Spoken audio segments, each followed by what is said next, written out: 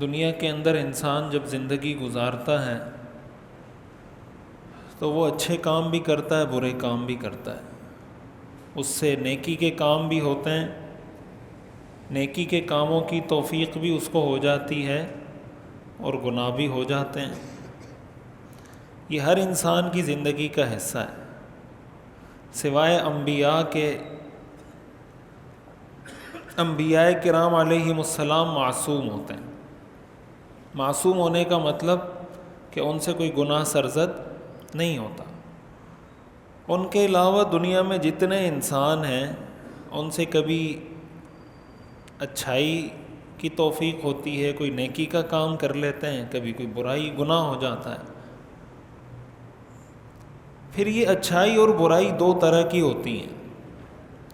ایک اچھائی اور برائی یا نیکی اور گناہ وہ ہوتا ہے جس کا تعلق اللہ کے ساتھ ہوتا ہے۔ مثال کے طور پر نماز فرض ہے، ایک آدمی نماز پڑھ رہا ہے، دوسرا آدمی نماز نہیں پڑھ رہا، یا ایک آدمی نے فجر کی نماز پڑھی، ظہر کی نہیں پڑھی،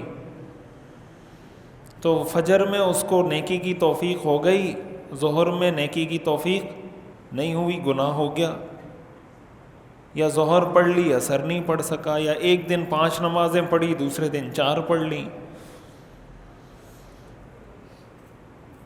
دوسری قسم وہ ہوتی ہے جس میں نیکی اور گناہ یا اچھائی اور برائی اس کا تعلق انسانوں کے ساتھ ہوتا ہے۔ مثال کے طور پر ایک آدمی پر بیوی کا کوئی حق ہے، وہ حق اس نے ادا کر لیا، دوسرے دن بیوی کو کسی ایسی بات پر ڈانٹا جس بات پر بیوی کو ڈانٹنا نہیں چاہیے تھا،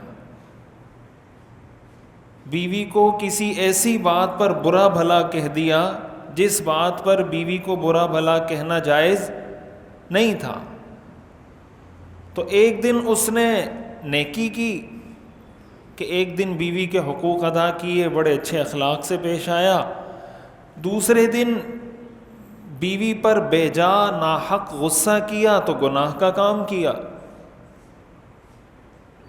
یہ میں نے ایک مثال دی ہے صرف سمجھانے کے لیے۔ حدیث شریف میں آتا ہے کل بنی آدم خطاء، کہ ہر بنی آدم خطا کار ہے، ہر انسان خطا کار ہے۔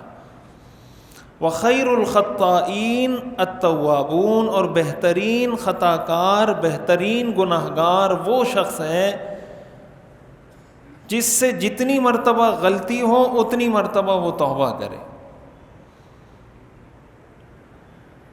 دن میں 10 دفعہ اگر غلطی کی ہے تو 10 دفعہ اس سے رجوع بھی کرے، اس پر ندامت کا اظہار بھی کرے، اس کا اعتراف بھی کرے۔ دیکھیں قیامت کے دن تو ہر انسان اپنے گناہوں کا اعتراف کرے گا۔ قیامت کے دن ہر انسان اپنے گناہوں کا اعتراف کرے گا اور کہے گا کہ یا رب اگر ایک موقع اور مل جائے تو میں یہ گناہ آئندہ نہیں کروں گا، لیکن اس وقت اعتراف کا کوئی فائدہ نہیں ہے۔